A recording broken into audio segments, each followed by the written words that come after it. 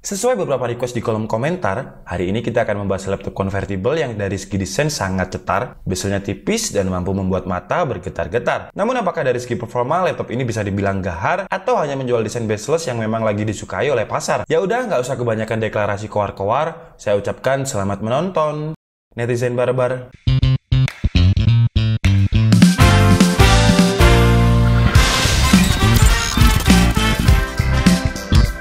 Hai guys, kembali lagi bersama saya Nika Setiabudi dari DKID, dan di video kali ini kita akan membahas sebuah laptop convertible 2-in-1 yang sudah banyak di-requestkan kepada DKID oleh kalian, yaitu Asus TP412UA. TP412 ini adalah seri terbaru dari Asus TP series. Kalau dulu namanya adalah Asus TP Flip 410, sekarang keluar seri terbarunya yaitu TP412 ini. Dan kalau menurut saya, ada beberapa aspek dari Asus TP412 yang menurut saya malah lebih bagus seri terdahulunya yaitu TP410. Aspek apa saja kah itu? Tapi sebelum kita mulai videonya, subscribe DKID sebagai bentuk support kalian kepada channel ini. Subscribe-nya ini gratis kok. Dan jangan lupa turn on tombol loncengnya biar kalian gak ketinggalan informasi terupdate dari dunia teknologi.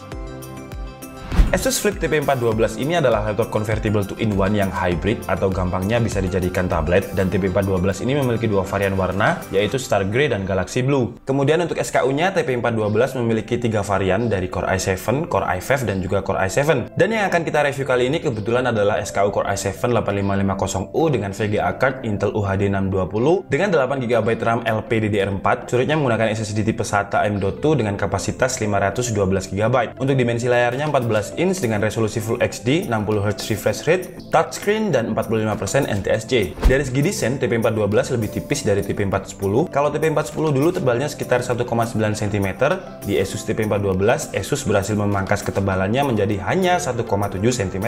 Memang hanya beberapa milimeter, namun dari segi portabilitas, hal ini sangat penting meskipun selisihnya hanya 2 mm. Kemudian dari segi bobot, TP412 juga lebih ringan dengan bobot sekitar 1,5 kg, sedangkan seri terdahulunya yaitu TP410 memiliki bobot 1,6 kg. Dari segi build quality, bahan dari Asus TP series tetap sama, yaitu aluminium di bagian cover belakang dan armrest, sedangkan cover bawah tetap menggunakan plastik. Dan menurut saya TP412 sudah sangat kuat dari segi build quality karena sudah terasa lebih solid dan jarang ada area kopong. Namun yang menjadi kelemahan laptop ini menurut saya adalah engselnya. Pertama, engselnya tidak bisa dibuka dengan satu tangan. Kedua, karena ini laptop convertible yang layarnya bisa dibuka sampai 360 derajat, tapi ketika digunakan mode tablet dengan engsel yang tidak terbuka mentok ke belakang, engselnya ini terlalu lembek atau terlalu fleksibel, jadi ketika di touch sedikit saja, engselnya ikut terdorong ke belakang yang membuat layarnya agak kurang nyaman ketika digunakan mode tablet.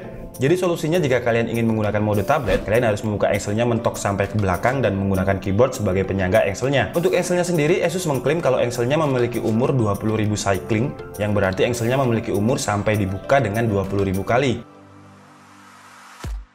Masuk ke area dalam di bagian keyboardnya ini berukuran 27 x 10,5 cm, yang menurut saya keyboardnya udah lumayan nyaman jika digunakan untuk mengetik dengan feel clicky yang empuk dan travel distance yang pas. Di seri TP412 ini fungsi FN untuk FN volume dan juga adjust backlit dari brightness dihilangkan, jadi kalian tidak perlu menekan fungsi FN untuk menambah volume ataupun menambah brightness dari backlit. Dan sama seperti seri sebelumnya, tombol panah masih terlalu kecil dan terlalu berdekatan. Untuk tombol powernya juga sudah eksklusif karena sudah terpisah dengan keyboard yang letaknya ada di port I/O sebelah kiri. Dari segi touchpad juga sudah nyaman, permukaan licinnya itu pas dan cukup responsif dengan sensor fingerprint di pojok kanan, ciri khas dari produk Asus. Kemudian yang menurut saya sangat saya sayangkan adalah di bagian storage-nya. Jika di seri TP410 masih disediakan secondary storage 2,5 inch hard disk SATA, di seri ini tidak ada. Jadi hanya SSD M.2 SATA dengan kapasitas yang memang lebih besar yaitu 512GB. Tapi kalau menurut saya ya kenapa harus dihilangkan? Karena beberapa pengguna pasti ingin kapasitas storage-nya lebih besar. Kalau yang dikejar adalah lightweight atau bobot biar laptop ini lebih ringan, toh selisihnya hanya sekitar 0,1 kg. Dan yang saya sayangkan lagi di seri TP412 ini semua SKU-nya tidak ada yang menggunakan VGA card tambahan. Sedangkan di seri TP410 ada, yaitu Nvidia MX 150. Jadi menurut saya Asus di seri TP-nya yang sekarang ini lebih mengejar ke desain daripada ke performa. Kemudian untuk RAM-nya sendiri 8GB dengan yang 4GB onboard. Jadi yang kalian lihat 4 kotak item ini adalah 4GB RAM onboard, sedangkan yang 4 lagi ada di slot ini. Jadi kalian bisa upgrade RAM laptop ini sampai dengan 20GB. Dengan asumsi slot 4GB ini kalian ganti dengan RAM 16GB satu keping. Kemudian untuk sistem pendinginannya masih single fan dengan single pipa heatsink yang saya rasa memang sudah cukup karena ya tidak ada VGA card tambahan di laptop convertible ini. Speakernya sendiri cukup besar dengan suara yang lumayan kenceng, namun suara bassnya flat dan tidak terlalu empuk. Kira-kira beginilah suaranya.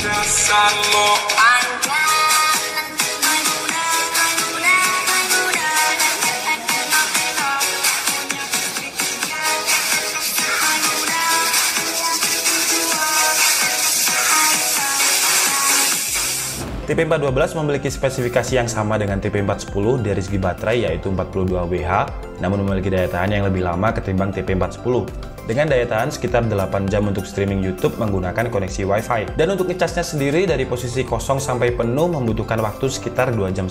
Masuk ke bagian konektivitas, untuk port I/O-nya sama juga dengan seri sebelumnya. Hanya saja di seri ini port Kensington lock-nya diletakkan di sisi kanan. Jadi di sebelah kanannya ada Kensington lock, input power, HDMI, USB 3.0, USB Type-C, dan jack audio. Di sebelah kirinya terdapat 2 buah USB 2.0, slot SD card, tombol volume, dan tombol power.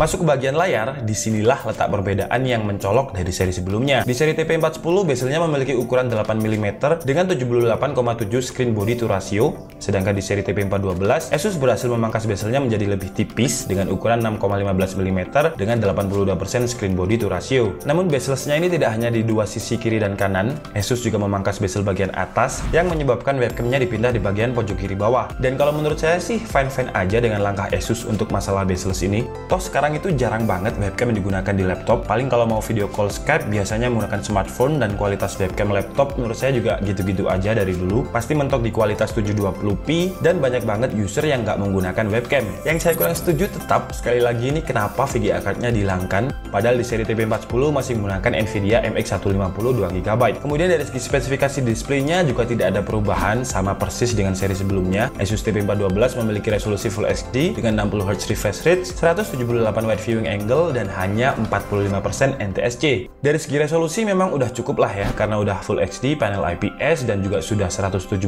wide viewing angle. Tapi dari segi kualitas gambar menurut saya kurang, karena ya hanya 45% NTSC, jadi kualitas gambarnya itu kurang tajam dan agak pudar. Dan karena laptop ini touchscreen, jadi layarnya itu memiliki lapisan kaca pada LED-nya, dan karena kualitas brightness dan sRGB-nya kurang, laptop ini nggak cocok kalian gunakan untuk di luar ruangan, karena di dalam ruangan saja refleks kacanya itu sudah cukup mengganggu. Apalagi saat yang display gambarnya itu adalah gambar gelap atau gambar hitam, refleksnya itu akan kerasa banget. Nanti akan saya bahas di bagian kesimpulan tentang layar TP412 ini yang menurut saya adalah sebuah kemunduran dibandingkan dengan seri TP410. Tapi sekarang kita coba tes dulu dari segi performanya.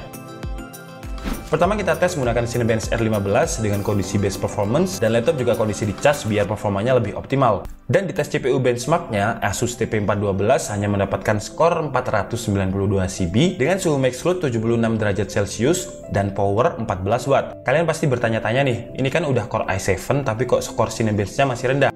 Kalau teori saya, mungkin Asus memberikan power limit di SKU yang Core i7 ini untuk menjaga daya tahan baterai dan suhu CPU-nya. Karena secara teoritis, i7 8550 ini memiliki TDP 25 watt, sedangkan power yang ditangkap oleh software HW Monitor hanya 14 watt. Kalau tes GPU-nya, karena hanya menggunakan Intel UHD 620, ya skornya standar UHD 620 dengan skor sekitar 44 fps. Dan suhu temperatur GPU-nya juga aman di angka sekitar 70 derajat Celcius. TP412 ini bukan laptop gaming, meskipun ada beberapa laptop convertible yang cukup kuat buat gaming, tapi sekali lagi karena ini tidak dibantu dengan grafik card tambahan, Asus TP412 ini belum mampu kalau digunakan untuk gaming. Kalau dipaksakan ya sabar aja, pasti cukup nge-lag dan tidak layak untuk dimainkan.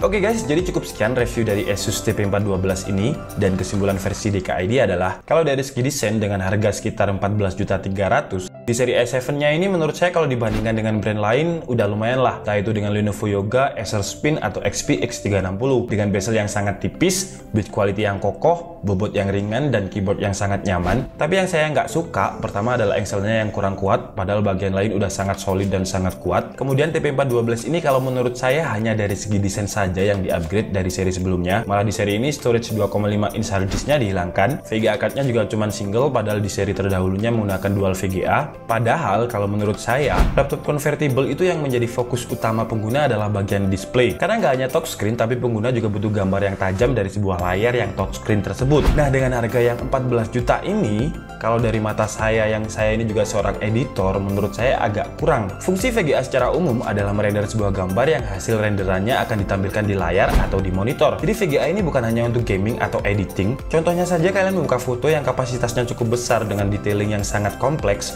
contohnya file RAW dari kamera, itu aja udah membutuhkan VGA. Kemudian kalian membuka web dengan banyak gambar di dalam web tersebut, itu juga butuh proses render dari VGA. Nah, kalau menurut saya, laptop convertible itu yang menjadi fokus utamanya adalah layar. Kalau layarnya masih 45% NTSC plus VGA-nya masih Intel HD, dari kacamata saya sih menurut saya kurang, apalagi harganya sudah menyentuh 14 jutaan. Jadi menurut saya ini adalah sebuah downgrade daripada upgrade di Asus TP series. Kalau mau dibilang upgrade mungkin memang dari segi desain, tapi kalau dari segi performa, saya harus minta maaf kepada Asus, tapi menurut saya ini kurang. Jadi mungkin kedepannya Asus tidak hanya upgrade dari segi desain, tapi juga dari segi peningkatan performa. Oke guys, jadi cukup sekian aja video kita kali ini. Buat kalian yang mungkin punya laptop seri ini, bisa sharing pengalamannya di kolom komentar agar membantu viewer yang lain yang mungkin memutuskan untuk membeli laptop ini. Oke, jadi cukup sekian aja dan saya minta maaf apabila ada kesalahan dalam penyampaian informasi. Seperti biasa, kalian bisa mengkoreksinya di kolom komentar. Saya Andika Setiabudi and see you on the next video. Bye-bye!